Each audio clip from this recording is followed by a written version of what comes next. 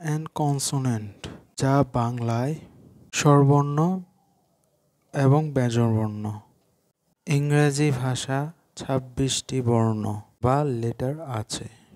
তার মধ্যে এ, ই, I, O, you এই ৫টি বর্ণকে ভাওয়েল বা ইংরেজির স্বরধ্বনি বলে। বাকি ২১টি বর্ণকে কনসোনেন্ট বা ইংরেজির বর্ণের ব্যঞ্জনবর্ণ বলে। ডাব্লিউ এবং ওয়াই কনসোনেন্ট হলেও কোনো কোনো সময় ভাওয়েলের মতন উচ্চারণ হয় বলে তাদেরকে সেমি ভাওয়েল বলে। সেই জন্যে সামনে উচ্চারণের তালিকায় তাদের ব্যবহার দেখানো হলো। এখন আমরা শিখব ইংরেজি একটি বর্ণ দিয়ে ভাওয়েলের ব্যবহার।